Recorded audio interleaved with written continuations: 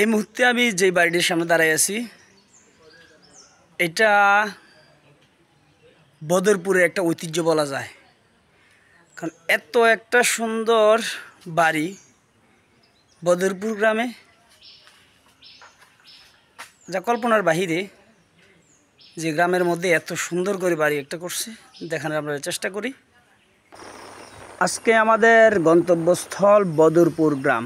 বদরপুর গ্রামের ঐতিহ্য ও সংস্কৃতিগুলো আমরা আপনাদেরকে তুলে ধরার চেষ্টা করব। এই মুহূর্তে আমি যে স্থানটাতে আছি এটা হচ্ছে কাসকামতা। কাসকামতার পশ্চিম দিকের গ্রামটাই হচ্ছে বদরপুর। তো ইনশাল্লাহ থাকেন আমার সাথেই, আপনাদেরকে আমি গ্রামের সৌন্দর্যগুলো দেখানোর চেষ্টা করি।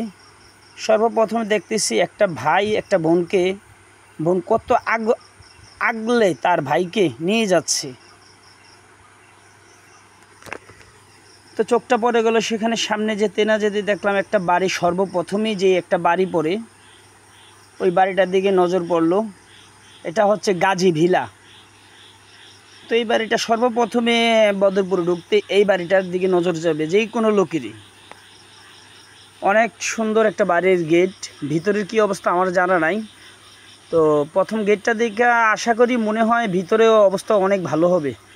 তো আস্তে ধীরে আমরা সামনের দিকে যাই। সামনের যে প্রাকৃতিক সৌন্দর্যগুলো অনেক মনোরমকর। একটু সামনে গেলেই 3 রাস্তার মোড়। এই রাস্তাটি দিয়ে ওইদিকে একটা মসজিদ আছে, মডেল মসজিদের মতনই বলা যায়। অনেক সুন্দর একটা পরিবেশ মসজিদ। আর এই রাস্তাটা গেছে হোসেনপুরের দিকে। রাস্তার পাশেই আছে তাল গাছ সারি সারি, আর উত্তর পাশেই আছে মসজিদ। আমরা মসজিদের রোডে সামনের দিকে মেইন বদরপুর গ্রামে যেই রোডটা দিয়ে প্রবেশ করে মেইন রাস্তা, ওটা দিয়ে যাচ্ছি আমরা। সাথে থাকেন। সর্বপ্রথম এই যে মসজিদটা, দৃষ্টিনন্দন একটা মসজিদ। যেই কোনো লোকে এই গ্রামে ঢুকলে সর্বপ্রথম মসজিদ যদি দেখে, মনোরমকর সৌন্দর্যে ভরা এই মসজিদের দিকে তাদের নজর পড়বে। এটা বদরপুর পূর্ব পাড়ায় পড়ছে। এটা রাস্তা থেকেও এই মসজিদটা দেখা যায়। এটা পাটোয়ারি বাড়ি জামে মসজিদ। তো এই মসজিদটা মনে হয় বাইরের রাস্তা থেকেও কিছু অনুদান আছে। আরবিতে লেখা, এটা আমার জানা নাই কি লেখা, কারণ আমি মাদ্রাসায় লেখাপড়া করি নাই। তো দেখতে থাকুন, আমাদের সাথে থাকুন।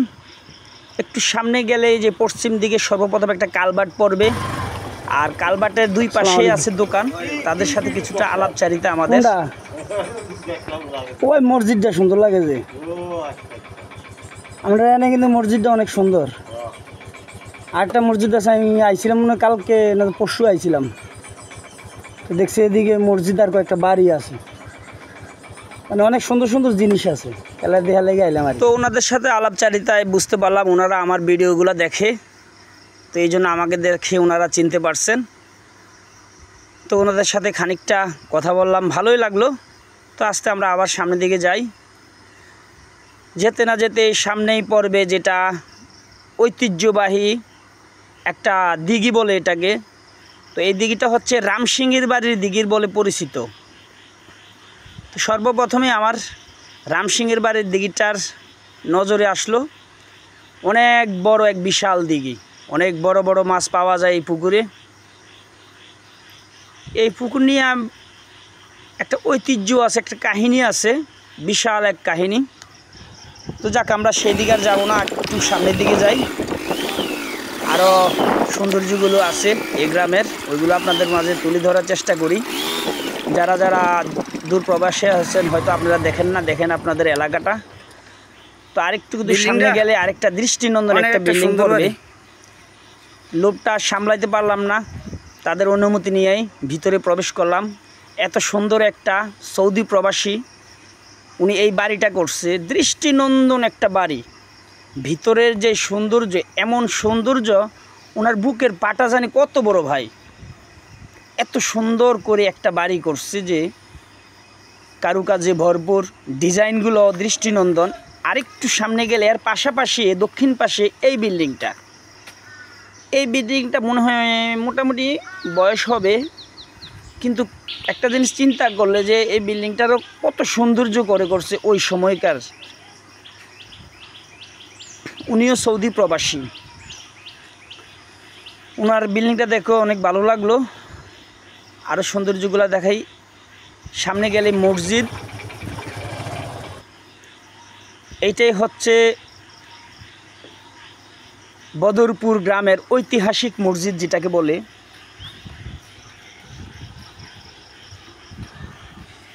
এই মসজিদটার চারপাশে দৃষ্টিনন্দনকর পরিবেশ। এটা হচ্ছে মসজিদের ভিতরের বারান্দা, সম্পূর্ণ ভিতরটাই টাইসে করা। আর ভিতরটা যদি একটু আপনারা দেখেন, পরিবেশটা এত সুন্দরভাবে সাজাইছে। প্রত্যেকটা মসজিদ যদি এরকমভাবে সাজাইতো তাহলে আমাদের মসজিদগুলো কত সুন্দর দেখাইতো। আল্লাহ তাআলা সবাইকে তৌফিক দেখ, যাতে প্রত্যেকটা মসজিদ টাইলস এবং কারুকার্য ভরপুর থাকে। আমাদের ধর্মীয় অনুভূতি এগুলি।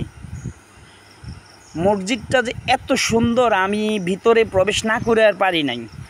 আর মসজিদের পশ্চিম পাশে আছে আপনার পুকুর আছে, আর এর পাশেই আছে গোসলখানা, অজুখানা আছে, আর এর পাশেই আছে পাকা ঘাটলা আছে, বসার স্থান আছে এখানে। মসজিদের যেই চারপাশের যে অবস্থাটা একেবারে দেখার মতন। যারা হয়তো যান নাই ওই গ্রামে, ওই গ্রামের মধ্যে যে এত সুন্দর সুন্দর জিনিস আছে ভাই, যা ভাষায় প্রকাশ করার মতো না। এই মুহূর্তে আমি যে বাড়িটির সামনে দাঁড়াই আছি, এটা বদরপুরের একটা ঐতিহ্য বলা যায়। কারণ এত একটা সুন্দর বাড়ি বদরপুর গ্রামে, যা কল্পনার বাহিরে। যে গ্রামের মধ্যে এত সুন্দর করে বাড়ি একটা করছে, দেখানোর আমরা চেষ্টা করি। এই যে বাড়িটা, এটা হচ্ছে আপনার মজুমদার বাড়ি। আর সামনে গেলেই এটা দুইটা পাশাপাশি দুইটাই বাড়ি। সামনে গেলে যে দৃষ্টিনন্দন একটা গেটের অবস্থা দেখলে বোঝা যাবে যে অন্তত বাইরে থেকে অনেকে অনুমান করতে পারবে যে কি অবস্থা হতে পারে ভিতরে। ভাই কল্পনা করার বাহিরে ভাই, একেবারে কল্পনার আমার বাহিরে। আমি লোভ সামলাইতে পারি না এই ভিলাটা দেখা। এটা মরহুম আব্দুল হালিম মাস্টার, ওনার ভিলা। এটা ভিতরে ঢোকার প্রবেশ করার পরে এই যে সম্পূর্ণ বাড়ির দক্ষিণ পাশে যে দৃষ্টিনন্দনকর একটা কারুকার্যে ভরপুর যে একটা বাসভবন, উনি কোথায় থাকেন অথবা কি করেন আমার জানা নাই। কিন্তু এটা কি আমি বাড়ি বলবো নাকি রাজপ্রাসাদ বলবো ভাই, আমার ভাষা নাই। হোসেনপুর খন্দকার বাড়ি ভিতরে অবস্থাটা আমার জানা নাই, কারণ ঢুকার মতন আমার সৌভাগ্য হয় নাই। মনটা চাইছিল বারে বারে ওই বাড়িটার ঘরের ভিতরের পরিবেশটা দেখার জন্য, কিন্তু পারি নাই। তো এর উত্তর পাশেই আছে আরেকটা একই রকম বলতে গেলে। দেখেন তাদের কলিজা কত বড় ভাই। প্রত্যেকটা বাড়ির সৌন্দর্য। বদরপুর গ্রামটা যদিও ছোট, কিন্তু এখানের মানুষগুলার যে মনোবল, মনোশক্তি এতই বড় যে এত বিশাল বিশাল বাড়ি করছেন তারা। যাক, তারপরে আমরা আপনাদেরকে সামনের একটু অবস্থাটা দেখানোর চেষ্টা করি। আপনারা সাথেই থাকেন, আমাদের একটু দেখার চেষ্টা করেন। এই বদরপুর গ্রামে লাখো প্রবাসী ভাই আছে, তাদের প্রতি আমার সালাম, শ্রদ্ধা, ভালোবাসা। তারপরে আমি চলে আসলাম সুফিয়া খাতুন দাওরায়ে হাদিস মহিলা মাদ্রাসা। তো মহিলা মাদ্রাসাটার যে চারপাশের যে অবস্থা, যে একটা আসলে যে একটা মহিলা মাদ্রাসা, যে একটা মাদ্রাসা দিনী প্রতিষ্ঠান, চারপাশের অবস্থা দেখেই বোঝা যায়। দৃষ্টিনন্দন করে এই মাদ্রাসা। এই মুহূর্তে আমি আছি বদরপুরের একটি অন্যতম একটি মাদ্রাসা, সুফিয়া খাতুন দাওরায়ে মহিলা মাদ্রাসার সামনে আছি। তো মাদ্রাসার ভিতরের চিত্রগুলো আজকে আপনাদের মাঝে তুলে ধরার চেষ্টা করব, যে মাদ্রাসার যে কত সুন্দর ভিতরের অবস্থাটা, তা আপনারা দেখেন, দেখতে থাকেন, সাথে থাকেন ইনশাল্লাহ। তো আমার সাথে থাকেন, আমি আপনাদেরকে ভিতরের পরিবেশটা একটু দেখানোর চেষ্টা করি। আসলেও কি বাস্তব, কি বাইরে থেকে যেমন ভিতরে কি তেমন কি না। তো এটা হচ্ছে দক্ষিণ পাশ বাহিরের, হয়তো একটু বৃষ্টি হয়েছে এই জন্য কিছুটা কাদা, কিন্তু ভিতরের পরিবেশটা এত যেই সুন্দর, মনোরমকর পরিবেশ। দুই পাশে সারি সারি গাছ লাগানো আছে ছোট ছোট টবে, দেখার মতো। এই যে এটা হচ্ছে আপনার প্রধান অফিস, আর এই গেটটা সবসময় বন্ধ থাকে।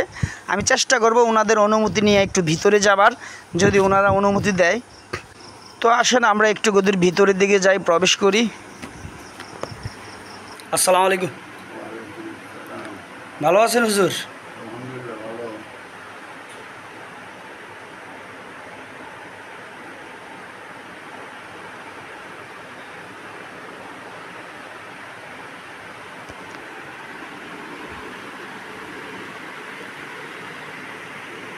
আমাদের মাদ্রাসা 2004 সালে অনুষ্ঠিত হয়েছে। মাদ্রাসা বর্তমানে ইনশাল্লাহ 500 ছাত্রী আছে, আবাসিক আছে 300 ছাত্রী, অনাবাসিক আছে 200। মাদ্রাসা একবারে নুরানি বিভাগ থেকে নুরানি নাজরা বিভাগ, হাফজ বিভাগ এবং দাওরা হাদিস পর্যন্ত আমাদের মাদ্রাসা আছে। মাস্টার্স দাওরা হাদিস পর্যন্ত আমাদের মাদ্রাসা। বিভিন্ন দূর দূরান্তের ছাত্রী, গরিবপুর, দাউদকান্দি, চাঁদপুর, লাকসাম, বিভিন্ন জায়গার বিভিন্ন এলাকার ছাত্রী ইনশাল্লাহ আমাদের মাদ্রাসায় আছে। আল্লাহ রহমতের দিন দিন উন্নতির দিকে কওমি নেসাবের দাওরা হাদিস পর্যন্ত আমাদের মাদ্রাসা। এমনি কি মাদ্রাসায় তো বোর্ডিংয়ের ব্যবস্থা আছে? হ্যাঁ, 300 ছাত্রী আবাসিক, সবাই এখান থেকে লেখাপড়া করে। তো ইনশাল্লাহ ঠিক আছে, আমরা একটু ভিতরে পরিবেশটা দেখানোর চেষ্টা করি। আর ইনশাল্লাহ সর্বপ্রথম যদি আমরা ভিতরে প্রবেশ করলে আমাদের নজর পড়বে যে মাদ্রাসার ভিতরের অবস্থাটা, যে সামনের যে গেটটা, যে গেটটার কথা সর্বপ্রথমে আমি বলছিলাম, এই গেটটার মধ্যে সব সময় দুইটা তালা লাগানো থাকে, ঝুলানো থাকে। কারণ বাহির থেকে কেউ যাতে ভিতরে অনুমতি ছাড়া প্রবেশ করতে না পারে, কতটুকু এই মাদ্রাসার ভিতরে যে সুরক্ষাটা, এখানে যে যারা আমাদের বোন যারা লেখাপড়া করে তাদের যে কতটুকু সুরক্ষা এখানে আমরা দেখানোর চেষ্টা করি। মাদ্রাসার ভিতরে দেখেন কেউ কোনো একটা ছাত্রী বাহিরে নাই, সবাই লেখাপড়া করতেছে ভিতরে। এটা হচ্ছে প্রধান শিক্ষিকার প্রধান কার্যালয়। এখানে যারা পাঠদান করেন ওনাদের প্রধান কার্যালয় এটা। তো সর্বপ্রথমে নজর পড়বে আমরা ভিতরে প্রবেশ করলেই এখানে খেলাধুলার স্থান আছে এবং একটি ঝর্ণা আছে। তো দৃষ্টিনন্দনকর অনেক, পরিবেশটা এতই সুন্দর, শান্তিপূর্ণ একটা পরিবেশ। পাশাপাশি আছে আপনার এখানে যে ঝর্ণাটা দেখার মতো, ঝর্ণার পাশেই আছে দোলনা। বিকালবেলা যারা হয়তো একটু দুলতে মন চাইবে তারা এখানে খেলাধুলা করে। এর পাশেই আছে দেখেন চারিদিকে বেড়া, একবারে বন্ধ করা, যেটা হচ্ছে আপনার গোসলখানা। কতটুকু একটা সেফ, আসলে যে মাদ্রাসার ভিতরের পরিবেশটা এতটুকু সেফ। আমি ওনার অনুমতি নিয়ে হয়তো ভিতরে প্রবেশ করছি, এই জন্য সবাই ভিতরে। মাদ্রাসার ভিতরটা কতটুকু সচেতন, একটা ছাত্রীকেও আমি বাহিরে দেখি নাই যে যারা বাহিরে ঘোরাফেরা করে। মাদ্রাসার সকল আসবাবপত্র নিজেদের নিজ দায়িত্বে রাখার জন্য কয়েকটা লিফলেট টাঙানো আছে। তো উপর থেকে আপনাদেরকে একটু দেখানোর চেষ্টা করি। দেখেন উপর থেকে কেমন লাগে যে মাদ্রাসার অবস্থাটা, পরিবেশটা। হয়তো আমরা অনেক সময় যারা চিন্তা ভাবনা করি যে ওই মাদ্রাসা থেকে আমরা লেখাপড়া করামু কি করামু না, ভিতরের পরিবেশ কেমন। শুধু এইটা আমার আজকের ভিডিওটা শুধু তাদের জন্যই। আর অনেকে হয়তো বাহির থেকে চিন্তা করেন যে ভিতরে তো যেতে প্রবেশ করতে পারেন নাই, আপনারা হয়তো ভিতরের অবস্থাটা একটু দেখানোর চেষ্টা করি। আর কত মনোরমকর একটা পরিবেশ, সব কিছু শৃঙ্খল, কোনো নোংরা আবর্জনা কিছুই নাই ভিতরটাতে। এত সুন্দর একটা পরিবেশ। নোটিশ বোর্ডের ভিতরে নোটিশ দিয়ে রাখছে প্রত্যেকটা জায়গা, যতটুকু আমি জায়গা পরিদর্শন করছি প্রত্যেকটা জায়গায় দেখার মতন। বদরপুর গ্রামের যারা আছেন তাদের যথেষ্ট সাহায্য এবং সহযোগিতা আছে এখানে। তো সেখানে শেষ করে আমরা আরেকটু সামনের দিকে যাই, দেখানোর চেষ্টা করি। সামনে যাওয়ার সাথে সাথেই আমার নজর পড়লো আরেকটা এতিমখানা আছে পশ্চিম পাশে। তো এতিমখানাটার ভিতরে শুনতে পাইছি যে আপনার 130 জন এতিম বাচ্চা লেখাপড়া করে, কিছু বাচ্চা এখানে থাইকা লেখাপড়া করে। আমরা যারা সমাজের বিত্তবান আছি, যে আমরা যদি তাদেরকে একটু সাহায্য সহযোগিতা করি তারাও হয়তো দিনই শিক্ষা নিতে পারবে। তো ইনশাল্লাহ আমরা সামনের দিকে আপনাদেরকে আরেকটু দেখানোর চেষ্টা করি বদরপুর গ্রামের সৌন্দর্যগুলো। ভিডিওটা ভালো লাগলে একটা শেয়ার করে দিবেন, একটা লাইক দিবেন। আর যারা দেখতে পারে না, এই হয়তো দূর প্রবাসে আছেন, আপনাদের গ্রামের অবস্থাটাগুলো হয়তো আপনারা দেখতে পারেন নাই। তো আমার সার্থকতা তখনই আসবে হয়তো যখন কেউ বলবেন যে হ্যাঁ ভাই, আমি ভালো লাগছে আপনার ভিডিওটা দেখা, এতটুকুই আমার সার্থকতা। তো তালুকদার বাড়ির পাশেই আছে আমি এখন। তালুকদার বাড়ির যে মসজিদটার সামনেই, ওইদিকে যাই। তারপরে নজর পড়লো যে তালুকদার বাড়ির যে একটা গেট, ভিতরে যাওয়ার সাহস হয় নাই আমার। তো বাইরে থেকে আমি কিছুটা আপনাদেরকে গেটটা দেখানোর চেষ্টা করি যে দৃষ্টিনন্দনকর একটা তালুকদার বাড়ির গেট। আর এই তালুকদার বাড়িটা কিন্তু একটা ঐতিহ্য বাড়ি। আর মানুষের মুখে মুখে বিশেষ করে এমন কোনো মানুষ নাই যেটা তালুকদার নাম বললে যে চিনে না। প্রত্যেকটা লোককে তালুকদার বাড়ির নাম বলে এক নামেই চিনে বদরপুরের। তো তার দক্ষিণ পাশেই আছে, তালুকদার বাড়ির দক্ষিণ পাশেই আছে এখানে তালুকদার বাড়ির যে একটা মসজিদ আছে। তো এটা হচ্ছে বদরপুর পশ্চিমপাড়া বাইতুর রহমত জামে মসজিদ। তো এটা তালুকদার বাড়ির পাশেই আছে। এটা কি তালুকদার বাড়ির সম্ভাব্য মসজিদটা হবে। দেখেন প্রত্যেকটা মসজিদ তালুকদার, মানে যে এটা তালুকদার বাড়ির মসজিদ বইলে কথা না, প্রত্যেকটা মসজিদে আপনার এই বদরপুর গ্রামের দৃষ্টিনন্দনকর বদরপুর পশ্চিমপাড়া তালুকদার বাড়ির এটা কবরস্থান পারিবারিক, এমন কোনো জিনিস না দেখলাম না যে খারাপ। তো ভিডিওটা যদি ভালো লাগে ভিডিওটা একটু লাইক করে দিন, একটু শেয়ার করে দিন। আর যারা যারা ভিডিওটা দেখতে পারে না তারা যারা দেখতে পারে, আর কথাবার্তা ভুল ত্রুটি হলে ক্ষমা করে দিন। ইনশাল্লাহ সবাই সুস্বাস্থ্য মঙ্গল কামনা করি। আজকের জন্য বিদায়।